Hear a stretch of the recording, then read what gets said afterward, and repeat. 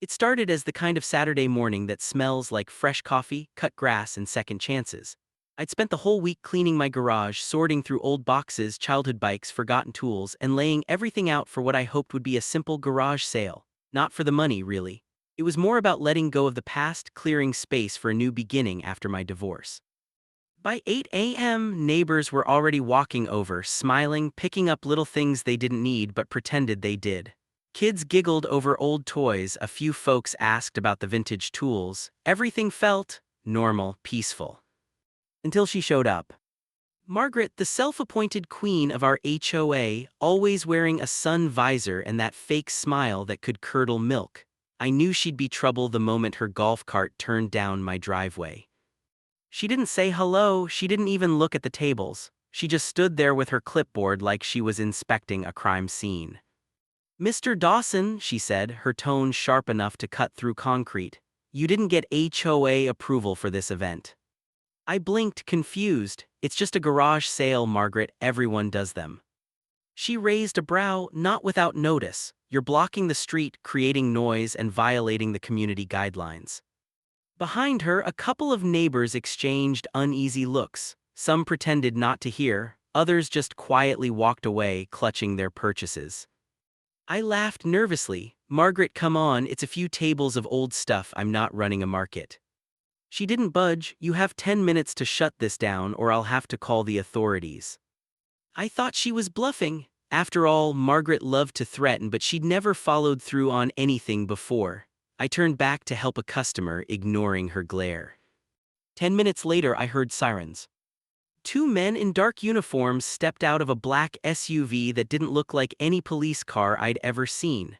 They wore badges, shiny but off somehow. No numbers, no county logo, just a silver star. "Sir," one of them barked, "we've received complaints about an unauthorized public event. You're disrupting community order." My heart thudded. "What? This is a garage sale. Who even called you?" "Your HOA president," he said coldly, nodding toward Margaret.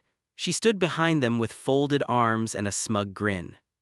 Something felt wrong. These men didn't act like real cops. They didn't radio dispatch, didn't ask for ID, and their car, no markings, no lights, just tinted windows. "Can I see a warrant or some ID?" I asked, trying to stay calm.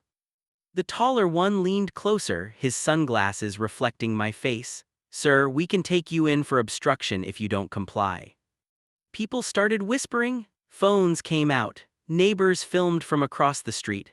I could feel my chest tightening as the so-called officers began grabbing my tables, tossing items into boxes, ordering everyone to leave. "Hey, you can't do that," I shouted, stepping forward. That's when one of them grabbed my arm, hard. "Step back, sir." I yanked away, my voice trembling. "You're not real cops, are you?" The man froze, his jaw tightening. For a split second, I saw something flicker in his eyes, fear, guilt, but then he smirked. "Watch yourself," he muttered before pushing past me. Margaret just watched, pretending none of this was unusual. When they finally drove off, my garage looked like a war zone, tables overturned, boxes scattered, my things broken, trampled, gone. I stood there stunned while Margaret climbed back into her golf cart. "Next time," she said sweetly, "follow the rules." Then she drove away, leaving me in silence. That night I couldn't sleep. My mind replayed every second of it, the fake badges, the SUV, the way Margaret smiled as they destroyed everything. So I did what anyone would do. I called the local police department. And that's when things got weird. They told me they hadn't sent anyone, no calls had come from my address, no patrols were dispatched to my street. My blood ran cold. Who the hell were those men? I went to bed with a sick feeling in my stomach, but the next morning it got worse. A letter was taped to my door, HOA letterhead. It read, "You are fined $1,200 for unauthorized use of property and disturbance of community peace." I crumpled it in my fist. My hands were shaking. This wasn't about rules anymore, it was personal. I decided then and there, I was going to find out who those fake cops were and why Margaret was so desperate to shut me down. But I had no idea that the truth behind it all would lead to something much darker than I could have imagined. Because those men weren't strangers to our neighborhood. They lived here. To be continued. Part 2. The HOA lady used fake police to shut down my garage sale. The morning after the so-called raid, I couldn't shake the feeling that someone was watching me. My neighbors acted differently too, some avoided eye contact, others whispered when I passed by. I decided to start with what I knew, the black SUV. I remembered the partial plate number 6XR something. I jotted it down and called a friend of mine, Ben, who worked part-time at a towing company. "Can you check this plate?" I asked him quietly over the phone. Ben hesitated. "You in trouble, man?" "Just curious," I said. An hour later he called me back. His voice was low. "That plate doesn't belong to any law enforcement vehicle. It's registered to a private security company, Midwest Property Protection." Private security. I looked them up online. Their website was practically empty, just a single page claiming they assist HOAs with compliance and order.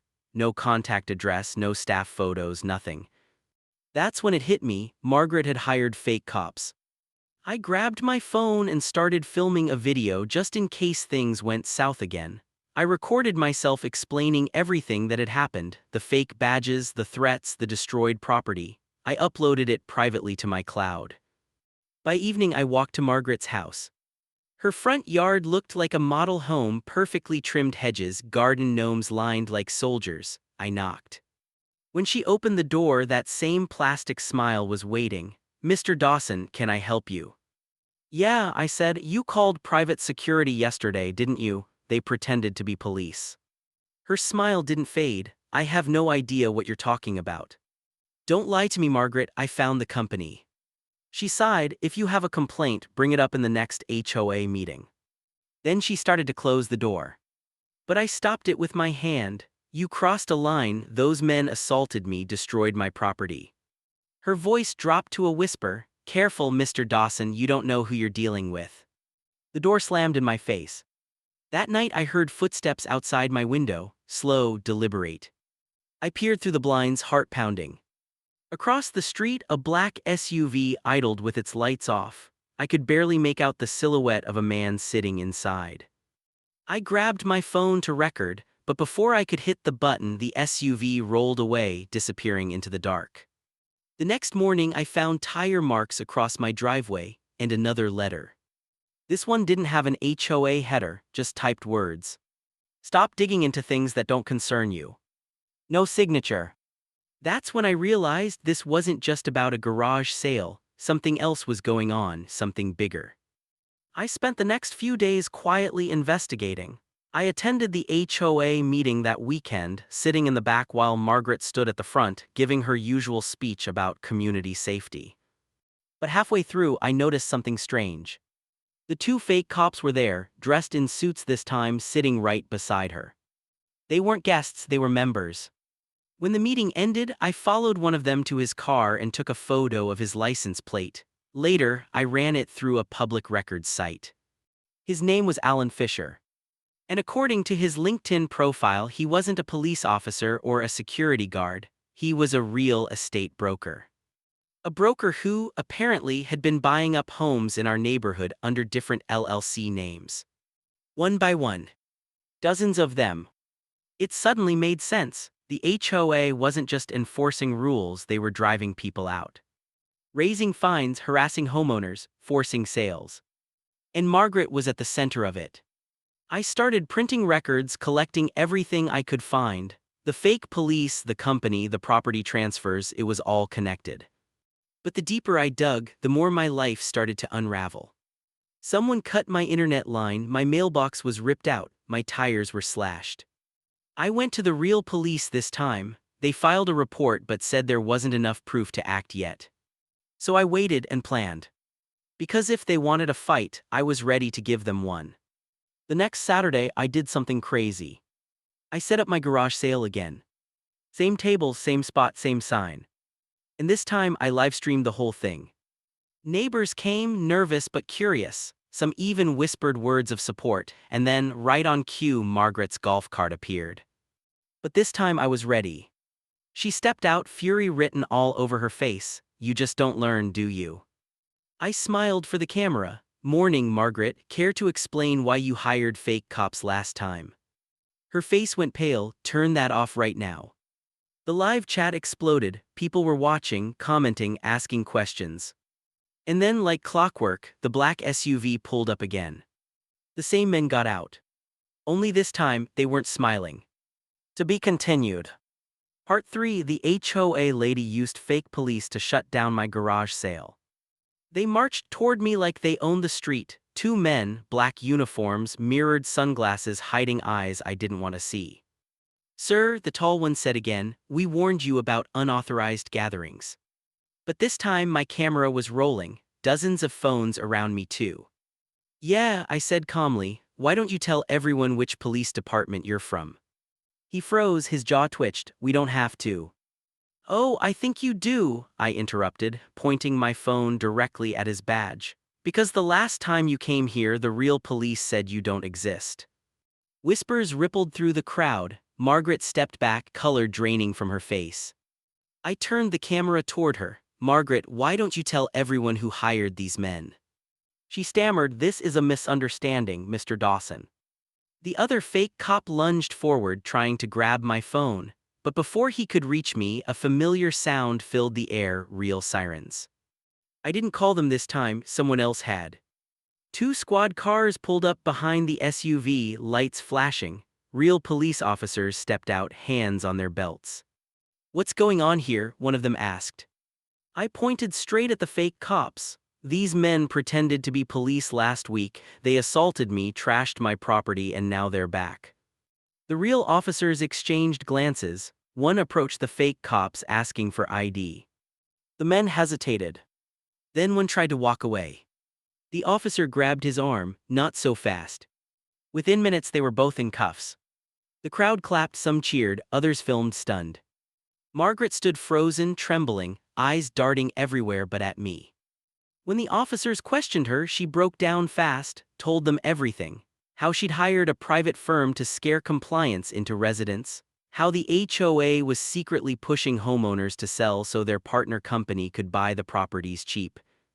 A full-blown real estate scam. They took her away that afternoon. But for me, the relief didn't come right away, because even after the truth came out, even after the news crews showed up and my video went viral, I couldn't shake the feeling that something still didn't add up. Weeks later, I went through the footage again, frame by frame, and there, in one reflection on the SUV's side mirror, I saw a face I recognized. Ben. My friend, the one who'd helped me trace the plate. He was standing beside Margaret's cart that morning. Smiling. When I confronted him, he didn't deny it, said he needed the money, said Margaret promised him a piece of the investment plan. I stared at him, feeling something break inside. You could have told me, I whispered. He just looked away, you weren't supposed to get hurt. But I did. Because betrayal doesn't always come from the enemy, it comes from the people you thought were on your side. The HOA was dissolved after the investigation. Margaret got 3 years for fraud and impersonation. The fake cops got 5. But the neighborhood never felt the same again. The air carried a strange quiet, the kind that lingers after a storm. Sometimes on still nights, I still hear the echo of that fake siren in my head. And I remember the day I learned that in a neighborhood ruled by control and secrets, justice doesn't always come from the law. Sometimes it starts with one person who refuses to be silenced. The black SUV pulled slowly into my driveway, its dark windows reflecting the rising sun. 2 men stepped out, wearing uniforms that looked official, shiny badges, dark shades, but something was off. No markings, no department name, no radio calls, just silence. Sir, the taller one said, his voice cold, we received complaints about an unauthorized public gathering. You are disturbing the peace. I froze. Who even called you? The HOA president, he replied, nodding toward Margaret. Her smug smile sent a chill down my spine. I stepped forward, my voice trembling. Can I see some ID, a warrant, anything? He leaned closer, sunglasses reflecting my shocked face. Obstruction is a crime, comply or face consequences. Before I could react, they began seizing my tables. Tossing items into boxes. Neighbors whispered, some filming, others too afraid to intervene. I tried to pull a small lamp back and one of the men grabbed my arm, squeezing hard. "Step back, sir," he barked. Panic surged. "You're not real cops," I yelled. The man froze, eyes flicking to mine for just a second before smirking and pushing past me. Margaret stayed back, arms crossed, pretending none of this was unusual. When the SUV finally drove off, my garage looked like a battlefield, tables overturned, boxes trampled, items gone. I stood in stunned silence while Margaret got back into her golf cart and rode away. That night I called the local police department. The dispatcher listened, confused. "No officers were sent to your address," she said. "No complaints on file." A chill ran down my spine. Who were those men? The next morning, a letter was taped to my door, printed on HOA letterhead. "You are fined $1,200 for unauthorized use of property and disturbance of community peace." I crumpled it, shaking. This wasn't about rules anymore, this was personal. Determined to uncover the truth, I started investigating. I tracked the black SUV to a private company, Midwest Property Protection, a shadowy firm that claimed to assist HOAs with compliance enforcement. There were no real staff names, no legitimate credentials. Margaret had hired fake cops to intimidate me. I recorded myself explaining everything and uploaded it privately to the cloud. The next day, I walked to Margaret's house, determined to confront her. She opened the door, her smile as fake as ever. "Mr. Dawson, can I help you?" "You hired private security to impersonate police," I said. "I have no idea what you're talking about," she lied smoothly. "Don't lie, I found the company," I insisted. "If you have a complaint, bring it up at the next HOA meeting," she said, closing the door. I stopped it with my hand. "Those men assaulted me, destroyed my property." Her voice dropped. "Careful, you don't know who you're dealing with." The door slammed, leaving me with an uneasy feeling I couldn't shake. That night, slow, deliberate footsteps echoed outside my window. Across the street, the black SUV idled, its occupant a shadow in the driver's seat. Before I could record, it drove away. The next morning, tire marks streaked my driveway. Another note, unsigned, typed and ominous. "Stop digging into things that don't concern you." It became clear this wasn't just a garage sale. This was a carefully orchestrated plan to intimidate and control. At the HOA meeting that weekend, I noticed something shocking. The two men were there, dressed in suits, sitting beside Margaret, not guests, members. Following one later, I discovered his name, Alan Fisher, a real estate broker, a broker buying multiple homes in the neighborhood under different LLCs. Suddenly, it all clicked. The HOA wasn't just enforcing rules, they were forcing homeowners out, driving down property values, pushing sales, and Margaret was the mastermind. I collected records, footage, evidence, but the deeper I dug, the more danger crept into my life. My mailbox was destroyed, tires slashed, threats left on my door. I went to the real police. They filed a report but couldn't act yet, insufficient proof. So I waited and planned. The next Saturday, I set up my garage sale again. Same tables, same spot, same sign, only this time I live-streamed it. Neighbors gathered, whispers of support filling the air. Margaret arrived, her fury palpable. "You just don't learn, do you?" she said. I smiled for the camera. "Morning, Margaret, care to explain hearing fake cops?" The live chat exploded, and then the black SUV pulled up again. The same men got out. Only this time they weren't smiling. To be continued. The sun had barely crested the horizon when the black SUV appeared at the end of my driveway, moving slowly, deliberately, as if it were weighing the ground beneath its tires. My stomach tightened the moment I saw it. Memories of the chaos from the last week, trash strewn across my garage sale, angry HOA letters, and that first terrifying encounter flooded back. Two men stepped out, black uniforms, sharp badges glinting in the morning light, but I knew immediately these weren't real cops. Something in their posture, in the cold precision of their movements, set my nerves on edge. I grabbed my phone, ensuring the camera was rolling. Already several neighbors had come out of their homes, some from across the street, some peeking cautiously from behind their fences. I noticed Mr. Thompson filming discreetly from his porch and Mrs. Alvarez standing by the mailbox, staring with wide eyes. The air felt heavy, thick with tension, like a storm about to break. "Sir," the taller man said, voice clipped and professional, "you are in violation of community regulations. Unauthorized gatherings are prohibited." I raised my phone higher, my voice steady but firm. "You're not police. You assaulted me last week, you destroyed my property, and now you're back. Everyone here can see what's happening." For a brief moment, hesitation flickered across the men's faces. Margaret, standing just behind them, looked as though she were about to faint. Her once perfect composure had fractured. She pressed a hand to her cheek, fingers trembling, her eyes darting nervously. "You should turn that off," she hissed, voice barely above a whisper. "No," I said, my voice rising, strong and clear. "Everyone deserves to see the truth. This is the HOA in action, orchestrating fear, hearing fake police to intimidate homeowners, manipulating the neighborhood. This is corruption hiding in plain sight." A murmur rippled through the crowd, gasps and whispers spread quickly. I could feel the collective tension in the neighborhood like a living thing pressing against my chest. The taller man stepped forward as if to grab my phone. My heart pounded violently in my chest, but just before he could reach it, the sharp wail of sirens pierced the morning air. Two real police cars appeared, skidding around the corner with tires squealing, lights flashing. The black SUV's engine growled like a trapped animal, suddenly cornered. Officers leapt from their vehicles, their presence commanding authority and control. "What's happening here?" one of the officers demanded, voice firm.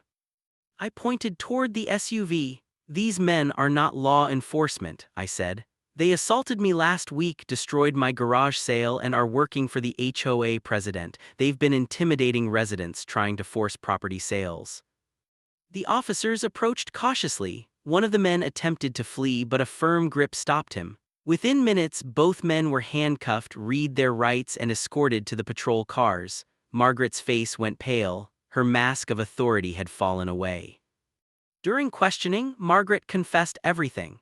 She had orchestrated the fake police visits, paid men to impersonate law enforcement, and used fear to manipulate homeowners into selling their properties at below-market rates. The HOA, she admitted, wasn't enforcing rules, it was exploiting the community for personal gain. The neighbors began to murmur among themselves, a mixture of disbelief, relief, and rage on their faces. Many had endured her intimidation silently, afraid of what retaliation might bring. Now, the truth was out in the open. Even as justice seemed to take shape, unease lingered in my chest. Something still felt off. Weeks later, I reviewed all the footage from that morning, frame by frame. And then I saw him, Ben, my friend, the one I had trusted to help trace the SUV's plates. He was standing next to Margaret's golf cart that morning, smiling subtly, watching the scene unfold. I felt a hollow ache in my chest. Betrayal doesn't always come from enemies. Often it comes from those closest to you, friends, neighbors, people you trust with your safety, and the wounds it leaves are deeper than fear ever could be. I confronted him privately. "Why didn't you tell me?" I asked, my voice low and trembling. "You weren't supposed to get hurt," he said, avoiding my eyes. "I needed the money. Margaret promised me a share." The realization hit me like a punch to the gut. Even when justice is served, some scars run deeper in the places where trust was broken. Even with arrests, the neighborhood didn't fully recover. Streets were quieter, conversations were careful, and smiles were measured. The shadow of Margaret's tyranny lingered. Every glance seemed suspicious. Every knock on a door carried caution. Determined, I focused on rebuilding. My garage was repaired. Community spaces restored. I spoke with neighbors who had been brave enough to come forward. Slowly, cautiously, the neighborhood began to breathe again. Every small victory reminded me that resilience is born from response, not surrender. Then, months later, a small envelope was slipped under my door. No return address, no name. Inside, a single typed line sent a shiver down my spine. "You think it's over, watch carefully." I didn't know whether it was a leftover threat from Margaret's allies, someone testing me, or just a warning. But I understood one thing: courage was the only defense. I brought the evidence and footage to local media outlets. The story spread quickly, gaining attention beyond the neighborhood. Residents scrutinized their own HOAs. Margaret's name appeared in headlines. Investigations began. Other HOA leaders resigned under pressure. Midwest property protection faced federal scrutiny. Justice eventually was thorough. Margaret was sentenced to 3 years for fraud, impersonation, and conspiracy. The fake cops received 5 years for impersonation, assault, and coercion. Alan Fisher, a broker manipulating property sales under false HOA authority, was disbarred and faced multiple civil lawsuits. Even with justice delivered, scars remained. Walking past my driveway, I felt a mixture of relief and lingering tension. Every shadow, every reflection, every faint siren reminded me vigilance is eternal, courage is necessary, fear never disappears completely. The neighborhood slowly began to heal. Children played again, cautiously at first, but with growing freedom. Neighbors began speaking to each other, rebuilding trust, but the lessons lingered. The HOA had left a mark that couldn't be erased. Months later, during a community meeting, I realized the impact of what had happened. Residents who had felt powerless now spoke openly, sharing stories of manipulation, intimidation, and small injustices. Courage, I realized, was contagious. One person refusing to be silenced had sparked a ripple effect throughout the neighborhood. Even with justice served, I knew the story wasn't fully over. Fear, manipulation, and the potential for betrayal never truly disappear, they just wait for opportunity. I remained vigilant, documenting, observing, and sharing lessons with neighbors, teaching courage, persistence, and community solidarity. I thought about Ben and the betrayal. Even as justice unfolded, the trust I had in people I considered close had been broken. Margaret and her accomplices were behind bars, but their actions had consequences that would linger for years, shaping the way the community interacted and lived. One quiet evening, as the sun dipped low over the rooftops, I sat on my porch reflecting. The neighborhood had survived, and yet the memory of those black SUVs, the fake badges, and the cold eyes of the men hired to intimidate lingered. They were reminders that vigilance is necessary, that courage is indispensable, and that fear, once planted, can take root even after justice is served. I realized that standing firm, documenting the truth, and refusing to be silenced was more powerful than any legal authority. And that lesson was something no one could ever take away. The HOA may have been dissolved, Margaret behind bars, the fake cops punished, Ben gone from my life, yet the impact remained: lessons for the community, scars for the brave, and a story that would be remembered for years. Because in neighborhoods ruled by fear, manipulation, and secrecy, one person refusing to be silenced can spark change. One act of courage can inspire others. One moment of defiance can unravel a web of deceit. And I had done just that. The air was quiet now, still with the residue of past tension. But I stood firm, cameras ready, eyes open, and I knew that vigilance, courage, and truth were eternal. The HOA may have tried to break us, Margaret may have tried to intimidate us, but in the end, the power of one voice, one person refusing to be silenced, had won. And that victory was just the beginning. The weeks that followed the arrests were surreal. Margaret was behind bars, her accomplices in custody, and the neighborhood slowly reclaiming its normal rhythm. Children's laughter returned, neighbors cautiously greeted one another, and the hum of daily life replaced the tense silence that had hung like a cloud over our streets. Yet even as peace returned, a shadow lingered. The memory of black SUVs, cold eyes, and badges that weren't real reminded me that the fight wasn't over, it was merely paused. I spent hours reviewing my footage, cataloging every interaction, every lie, every intimidation tactic.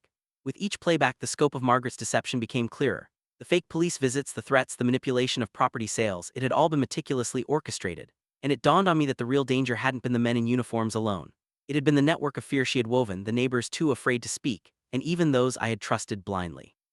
Ben's betrayal still stung, a reminder that even those closest to us can be swayed by greed and fear. Determined to ensure this never happened again, I organized a neighborhood meeting. Chairs were arranged in a circle in the community park, the air buzzed with anticipation. Some residents were nervous, others emboldened by the recent justice. I shared my story, my footage, and the details of Margaret's scheme. Faces turned pale as neighbors watched clips of the fake cops, the confrontations, and her manipulations. Murmurs spread like wildfire.